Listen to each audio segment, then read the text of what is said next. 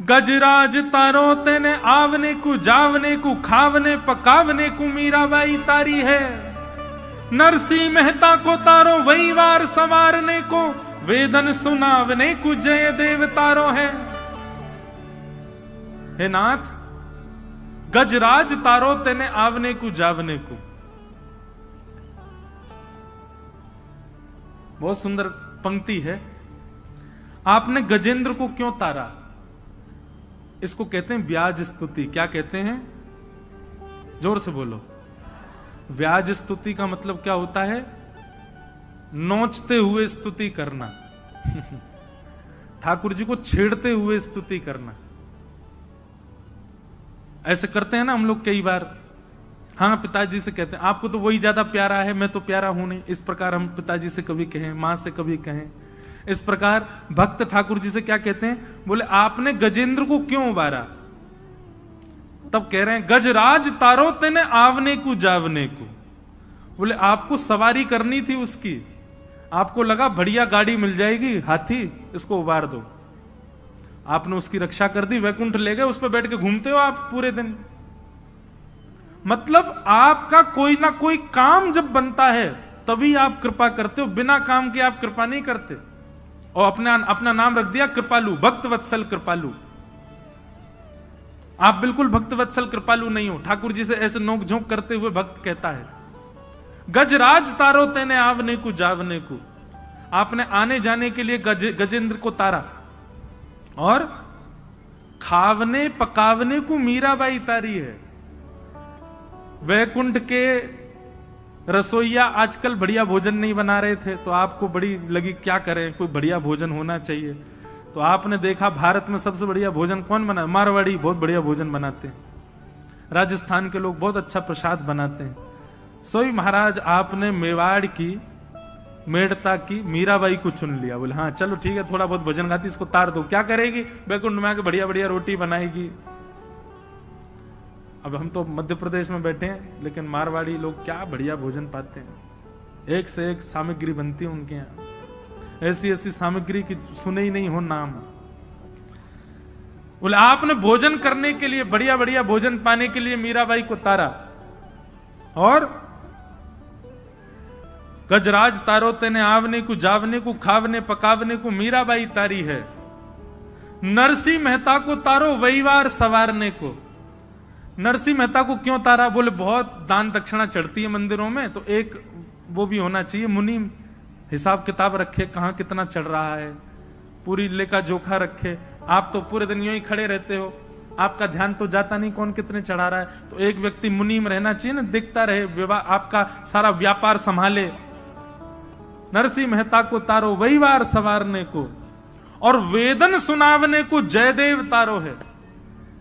जयदेव महाप्रभु, महाकवि जयदेव बहुत सुंदर सुंदर रचनाएं सुनाते थे, इसलिए आपने उनको तार दिया ताकि वो बैठ करके आपको सुंदर सुंदर रचनाएं सुनाया करें, वेद सुनाया करें। ठाकुर जी आप निष्काम किसी को नहीं तारते हो, सबसे आपकी कोई ना कोई चीज पूरी होती है। और रैदास तारो तेने चामड़ा मधावने को। बोले रैदास को क्यों तारा? बोले वो जूती बनाने का काम करते, बढ़िया बढ़िया सुंदर जूती बना बना के आपको पहनाएंगे, कभी पादुका बना के पहना देंगे, कभी सुंदर आपके लिए कुछ ना कुछ। सबसे देखो ठाकुर जी आप भी कम, आपके अंदर भी निष्काम नहीं है, आप भी कामना से ही भक्तों को तारते हो। ठाकुर जी बोले ऐसी बात नहीं है। तो बोले ठीक है, तो फिर एक काम करो। बोले क्या? मुझे तार के दिखाओ, क्योंकि मुझे कुछ नहीं आता, मैं आपके किसी काम का नहीं हूं, मुझे तार के दिखाओ। मोहे तारो वा में आपकी भलाई है, मुझे कुछ नहीं आता। रोटी बनवाओगे तो श्रीलंका का नक्शा बना दूंगा, सब्जी बनवाओगे तो क्या बने कुछ समझ नहीं आएगा, वस्त्र बनवाने को कह दोगे तो नाथ चित्रे बना दूंगा, श्रृंगार करने को कह दोगे तो पता नहीं क्या से क्या आपको बना दूंगा। मैं आपके किसी काम का नहीं हूं, मैं तो पैर पे पैर धरे पड़ा रहता हूं, महा आलसी जीव हूं, मुझे तारो। अगर मुझे आपने तार दिया तो मैं कहूंगा कि हां आप निष्काम भक्त वत्सल हो। ऐसी जिद आई कभी मन में? ऐसी जिद कभी हुई मन में? ना।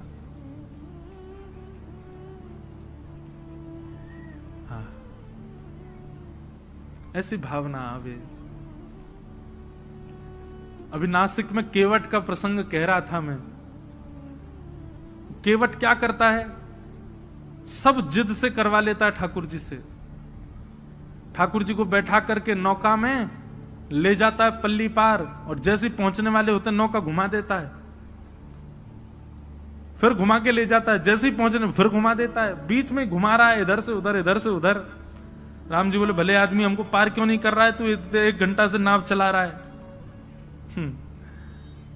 केवट बोला इतने में ही थक गए आप, और आप जो हम लोगों को 84 लाख में घुमाते रहते हो, कभी छिपकली बनाते हो, कभी चींटी बनाते हो, कुकर बनाते, सूकर बनाते, दया आती है आपको हम पे जरा भी? 84 लाख में पूरा, जब तक 84 लाख का फेर नहीं हो जाए तब जाके हमको मानव बनाते हो, और यहाँ 4 फेरे में ही हार गए। कम से कम 84 तक तो रुको। राम जी के नेत्र सजल हो गए।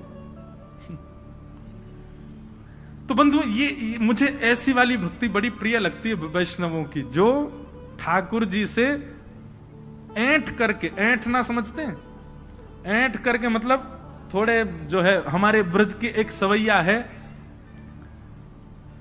हम श्री राधे जू के बल अभिमानी। हमको किसका अभिमान है? बोले किशोरी जी के बल का अभिमान है हमको। हम श्री राधे जू के बल अभिमानी, टेढ़े रहे मोहन रसिया सो बोलत अटपटी वाणी।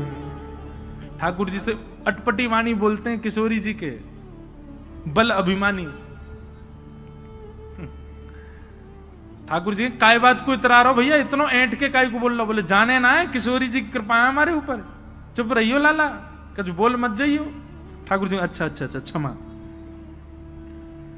तो ये ऐंठ करके भक्ति करने वाले, ये मुझे बड़े प्रिय लगते हैं। पर ये जबरदस्ती ऐंठने मत लग जाना, कल से भ्रकुटी टेढ़ी कर देंगे, त्रिलोकीनाथ हैं वो। जब भाव आए, जब उस स्थिति में आओ, तब की बात अलग है।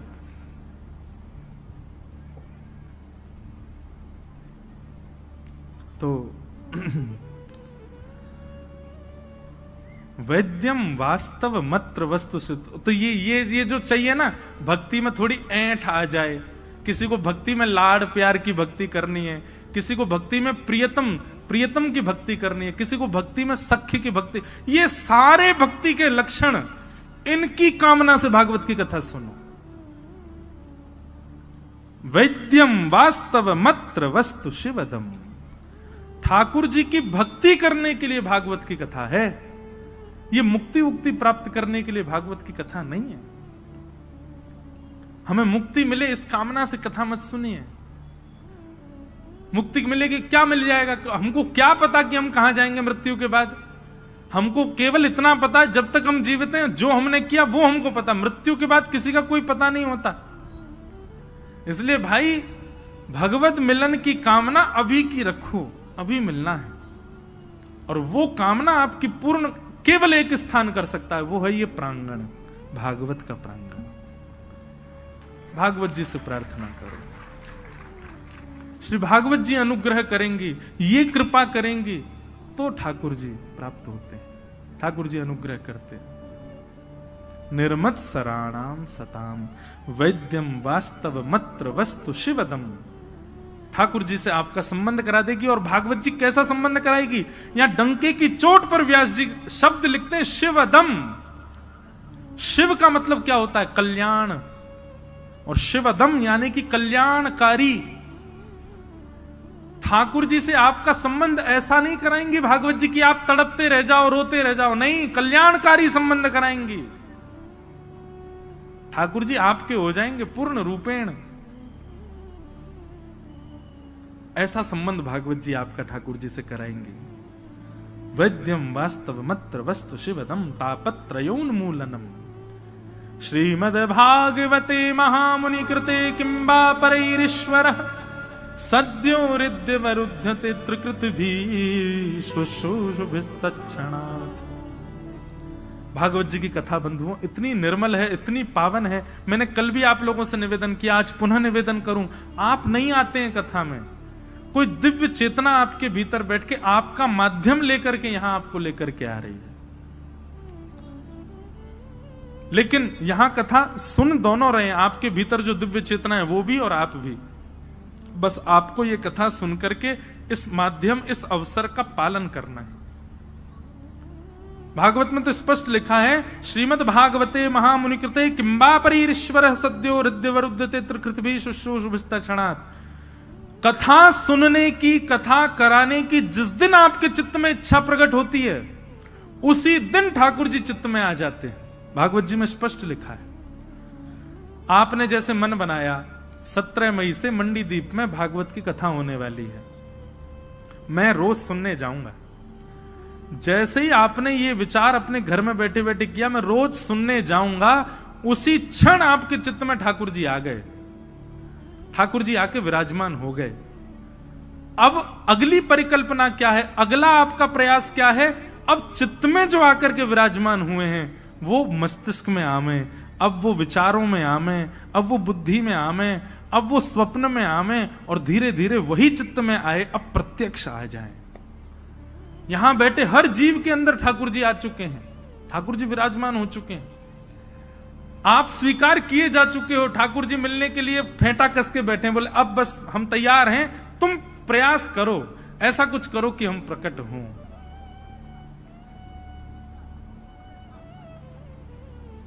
और वो कैसे करना, वो भागवत में बताई जा रही है। दुनिया भर के हम पॉइंट्स बता रहे हैं, उन्हीं का पालन करने लग जाओ, वही चित्त में आए ठाकुर जी, प्रकट हो जाएंगे। तो भागवत का सबसे बड़ा फायदा यह कि ठाकुर जी आ गए हैं, बस अब आपको इतना प्रयास करना है कि वो चित्त से प्रकट होकर के सन्मुख आ जाएं।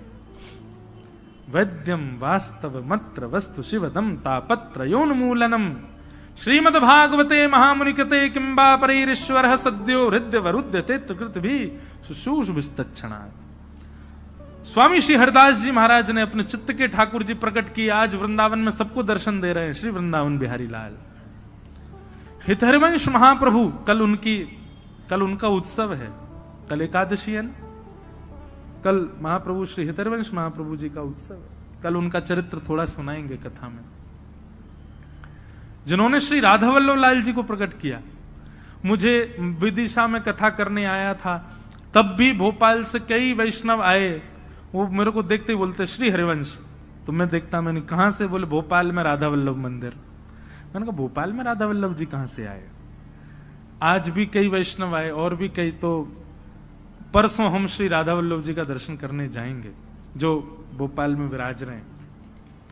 और वहीं हवेली भी है ठाकुर जी की, वहां श्री गोवर्धन नाथ जी का दर्शन भी करेंगे। हितहरिवंश महाप्रभु के चित्त के ठाकुर जी प्रकट होकर सबको दर्शन दे रहे हैं, श्री राधा वल्लभ। वैसे तो वो महादेव के ठाकुर जी हैं, पर महाप्रभु जी ने उनको विराजमान किया वृंदावन में।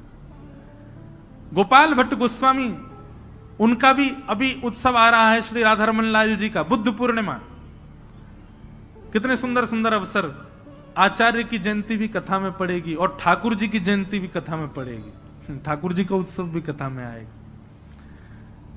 तो अपने आप ये क्रम बन रहे हैं, सबके चित्त के ठाकुर जी प्रकट हुए, अब हमारे चित्त के ठाकुर जी भी प्रकट हों, वह भी अनुग्रह करें, कृपा करें, उसके लिए भागवत की कथा सुनो।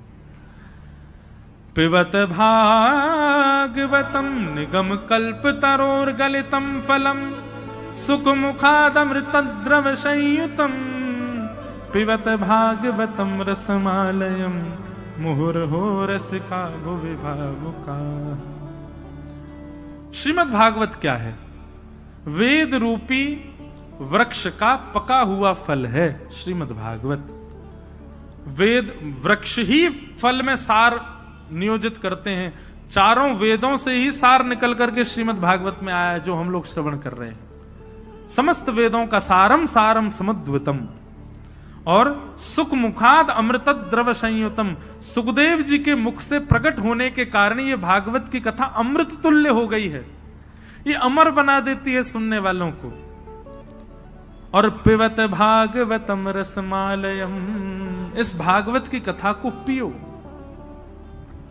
भागवत की कथा सुनने का विषय नहीं है, पिबत भागवतम रसमालयम, भागवत की कथा को पियो, कानों में भर भर के इसका सुंदर रस पान करो, मोहर हो रस का भुवि भाव। कितना पिए? बोले पीते रहो पीते रहो पीते रहो। आसावरी कितना पियो। हमारे स्वामी श्री हरदास जी महाराज एक पद गाते हैं बहुत सुंदर।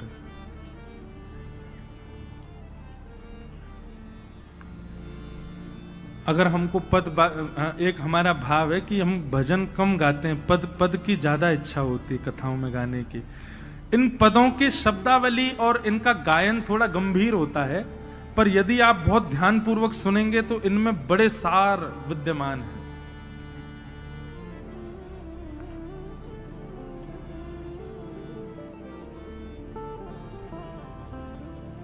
श्री वृंदावन बिहारी लाल जी को जिन्होंने प्रकट किया, ऐसे श्री स्वामी हरदास जी महाराज एक बहुत सुंदर भाव कहते हैं।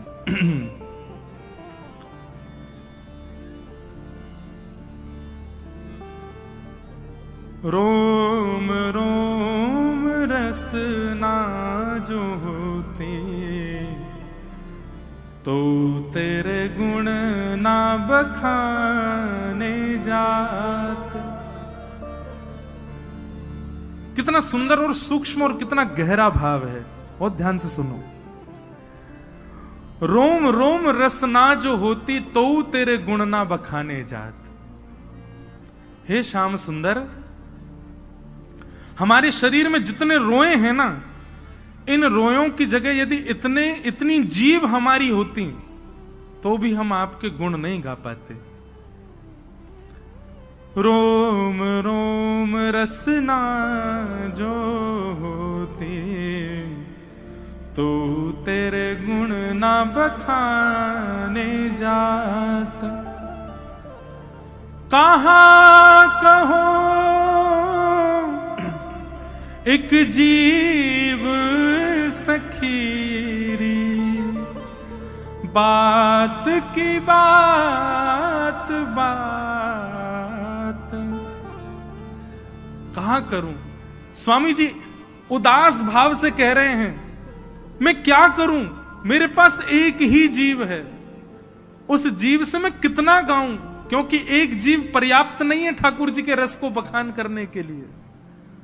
रोम रोम रसना जो होती, तो तेरे गुण ना बखाने जात। श्री हरिदास के स्वामी श्यामा, श्री हरिदास के स्वामी श्यामा, कह तेरी प्यारी तू राखति प्राण जात। रोम रोम रसना जो होती, तो तेरे गुण ना बखाने जात। ऐसे भाव जब चित्त में होते हैं ना बंधुओं, तब ठाकुर जी मन बनाते हैं कि इनसे मिला जाए। हमारे मन में कभी ये भावना आई? स्वामी जी कह रहे हैं कि इतने रोए क्यों बना दिए ठाकुर जी, इससे बढ़िया इतनी जीभ बना देते, और इतनी जीभ भी आप दे देते तो भी मैं आपके गुण नहीं गा पाता। क्या करूं मैं? मुझे कभी कभी धिक्कार लगता है। कहां करूं? एक जीभ सखीरी, बात की बात बात। एक ही जीव है, उससे कितना गाएं हम ठाकुर जी को? नहीं गा सकते। वहां हितरवंश महाप्रभु कहते हैं कि नाथ, आपने हमको 2 आंख क्यों दी? क्यों? रोम रोम में नेत्र प्रकट कर देते। क्यों? 2 आंखें आपको देखने के लिए बहुत कम है। रोम रोम प्रति नयन बनाऊं, एकटक रहे पलक न बनाऊं। काश हमारे रोम रोम में आंख होती, और कैसी आंख होती? बोले बिना पलक वाली आंख होती, कभी झपकते ही नहीं, पूरे दिन आपको देखते रहते नाथ।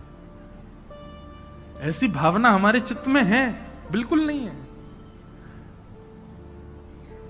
हम लोग तो बंधुओं केवल रस सुनकर के सुख लेने वाले हैं, सुख लूटने वाले हैं। भगवत प्राप्ति के गुण हमारे भीतर नहीं है। ये मैं इसलिए कह रहा हूं ताकि इस चोट को पाकर के किसी के चित्त में ये भावना आवे कि मेरे अंदर ऐसे भाव आए कि मुझे ठाकुर जी मिले।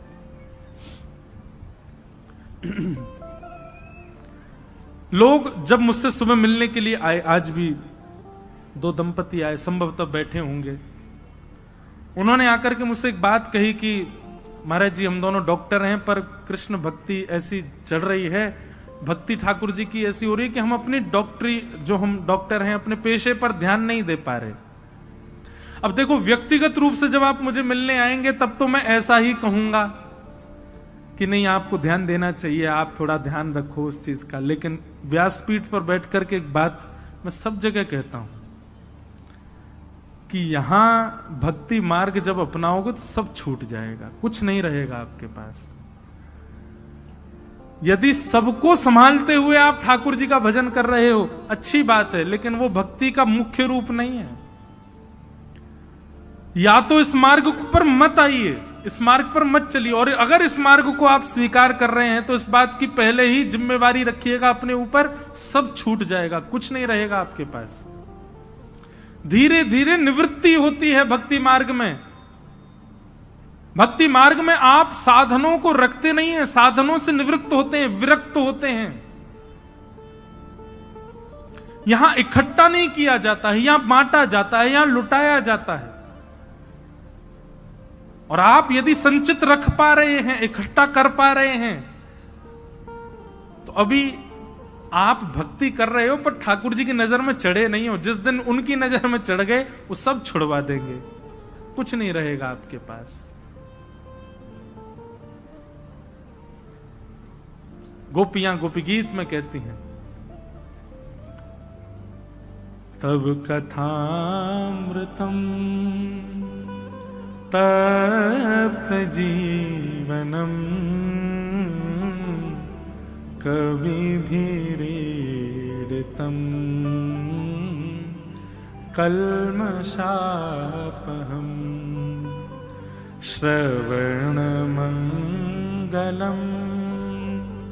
श्रीमदाततम भुवि गृह्णन्ति ते भूरिदा जना। गोपियां कहती हैं, नाथ तब कथामृतम तप्त जीवनम, आपकी कथा कैसी है? इसके अनेक अर्थ निकलते हैं। एक अर्थ तो यह निकलता है तप्त जीवनम, तपे हुए जीवन में, संकट भरे जीवन में आपकी कथा जब आ जाती है तो नाथ ऐसा लगता है कि अब तपा हुआ जीवन शीतल हो गया है, तपा हुआ जीवन अब शीतल हो गया है। पर इसका एक अर्थ दूसरा यह भी है, तब कथामृतम तप्त जीवनम, जो भगवान की कथा अमृत का पान कर लेता है उसका फिर सांसारिक जीवन कैसा, बोले तप में हो जाता है, सब छूट जाता है। एक सेठ जी ऐसे कथा सुनी महाराज, उनको निमंत्रण दिया गया कि आप कथा में आओ। बहुत सत्य घटना सुना रहे हैं, ध्यान से सुनना। 4 दिन तक तो आए नहीं, और नगर सेठ थे बहुत बड़े पैसा वाले। 4 दिन तक तो आए नहीं, 4 दिन बाद बड़े अदब में आए और ये कह के आए मैं 10 मिनट बैठूंगा बस कथा में। 10 मिनट के लिए कथा में आए, कथा में आकर के बैठे, आरती में पूरी जनता खड़ी हो गई, वो बैठे ही रहे। क्यों? चित्त वृत्ति कहीं और चली गई, नेत्रों से अविरल अश्रुधार गिर रहे थे। और स्थिति यह हुई कि 10 मिनट के लिए आए, पूरी कथा में बैठे रहे, अगले दिन कथा सुनने आए, पूरी कथा बैठ करके रात भर वहीं बैठे रहे। तीसरे दिन तो यह स्थिति हुई, अपनी फैक्ट्री वगैरह सब बच्चों को दान करके और वृंदावन चले गए तुरंत। जिन जिन ने ताली बजाई है उनको सबको ठाकुर जी देख रहे हैं। रुको, जितना आप लोगों को सुख हुआ इस बात को सुन के, ठाकुर जी कहेंगे ठीक है भैया, सबके व्यापार ढूंढो क्या क्या है इनके। इस सुनने में बड़ी सहज लग रही है बात, लेकिन इसका अर्थ यही है, तब कथामृतम तप्त जीवनम। देखो भैया, ठाकुर जी जब हाथ पकड़ते हैं ना तो सब जगह से आपका हाथ छुड़वा देते हैं। लोक लाज मर्याद सब जगह से आप निवृत्त हो जाओगे, किसी के लायक नहीं रह पाओगे। ठाकुर जी के लायक बन गए तो फिर किसी के लायक नहीं रहोगे, फिर ठाकुर जी के लायक ही रहोगे बस।